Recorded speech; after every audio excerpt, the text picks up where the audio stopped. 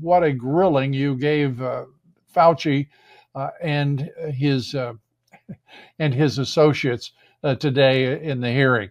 Uh, what is your take on the responses that you got?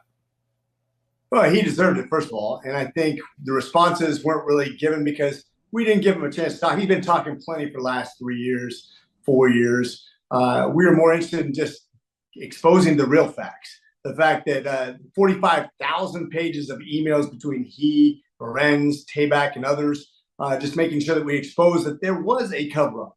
There was a cover-up of facts. There were grants that were lied on. There were misrepresentations for companies. There are pharmaceuticals that benefited greatly from requiring vaccinations that were given.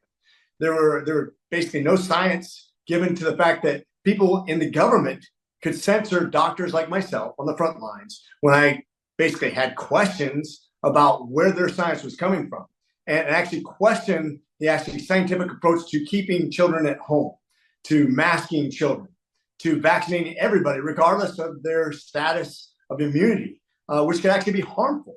And I'm going off of things I learned in medical school and residency and just from my practice in medicine, and just questioning that got me censored, got me almost to lose my license. I mean, people actually lost their licenses in certain states because they questioned the so-called science. And that should never happen. Government should never be so powerful they get between you and your doctor on some very basic medical decisions. We saw people lose their job at ESPN because they questioned getting vaccination when they're trying to get pregnant. I mean, it's outrageous. And these things need to be brought to light.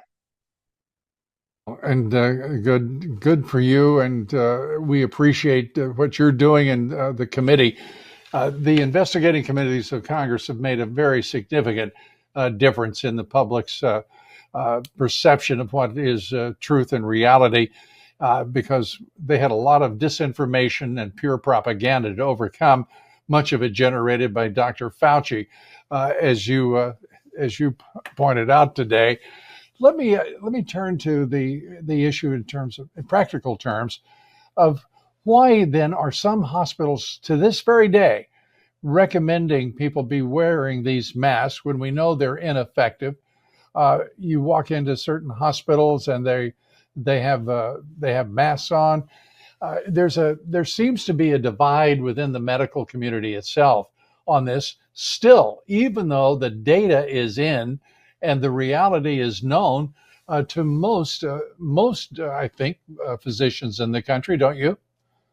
Oh, the best studies that we've shown, the most comprehensive studies, show that masks at best have a negligible effect.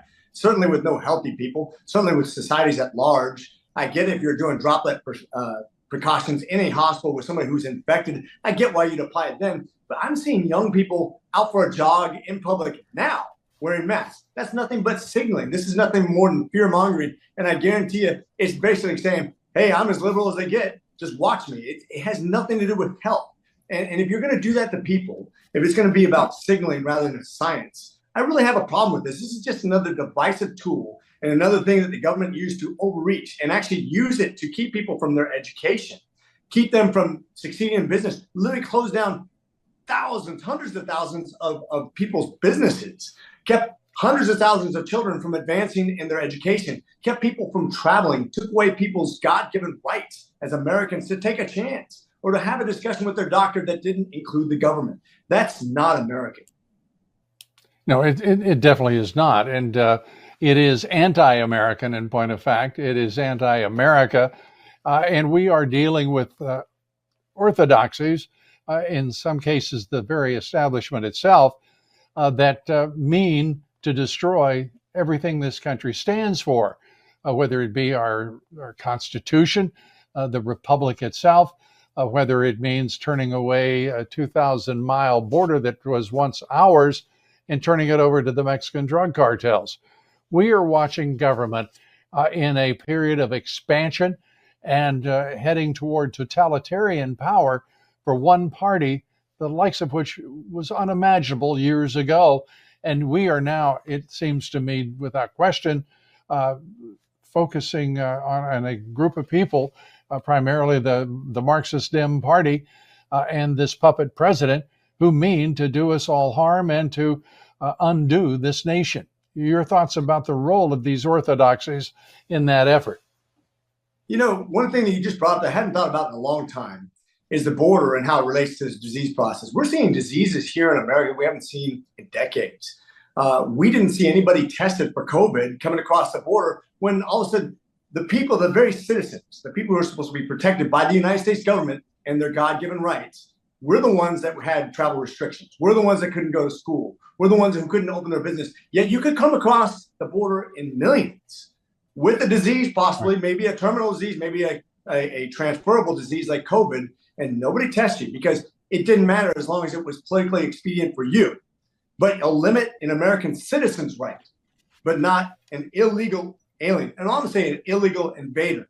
And let's face it, when they talked about this vetting process and the people coming across the southern border and Biden saying, oh, these undocumented immigrants, they were well documented. He sent a record number of people down there to make sure they were documented. We know exactly who's coming into our borders, except for the ones that got away. And the ones who got away are the most nefarious criminals and the people who wanted to avoid capture. So you brought up something I hadn't even thought about in a while, but it's absolutely hypocritical. And to your point, the sheer numbers are massive of illegal aliens invited into this country by the Biden regime. We know, and by the way, the sources that I have, the people I truly respect on the issue of how many people are crossing that border and the actual impact of that border that is now under the control of the Mexican drug cartels, it amounts to about 4 million people a year, and possibly much higher than that. But the reality is 15 million illegal aliens have been invited into the country by this Democratic Party and Joe Biden as the puppet representative of Barack Obama and his acolytes. It is, and as you say, no idea whatsoever about their fitness, their backgrounds. There's no vetting possible. And to think that this turns out to all have been theater, and children will have development problems for years because, first of all, they were taken out of school, weren't learning, and those students who needed it most are the ones who were most greatly affected. It is a stunning, cynical point in our history in which the Marxists, they actually just revealed themselves as the leaders of the Democrat Party, fighting this nation and everything we stand for. The biggest lesson learned is that we should never give up our natural freedoms, the ones that God gave us, to a government. The whole definition, the whole design of this country, the way it was given out and laid out in the Declaration of Independence by the Constitution of the United States, is that the government would never be so powerful that it can take away the people's rights.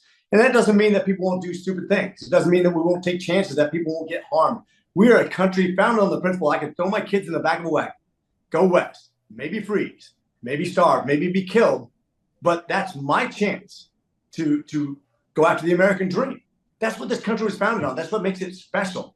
And when the government thinks it knows best, when it can define morality or your healthcare or anything else, where it is more powerful than the family or the church or the community or whatever you want to say that the private industry is all about, your ability to succeed, that is not America.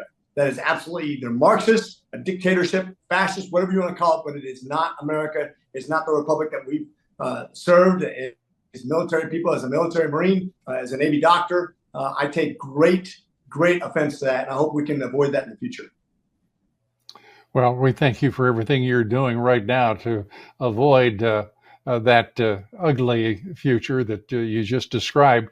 And thank you again for all of your service as a Marine helicopter pilot, as a Navy doctor, and all you're doing as a physician for your folks in your district. And I don't want to minimize this, as a U.S. Congressman for the rest of us. Thanks so much, Congressman.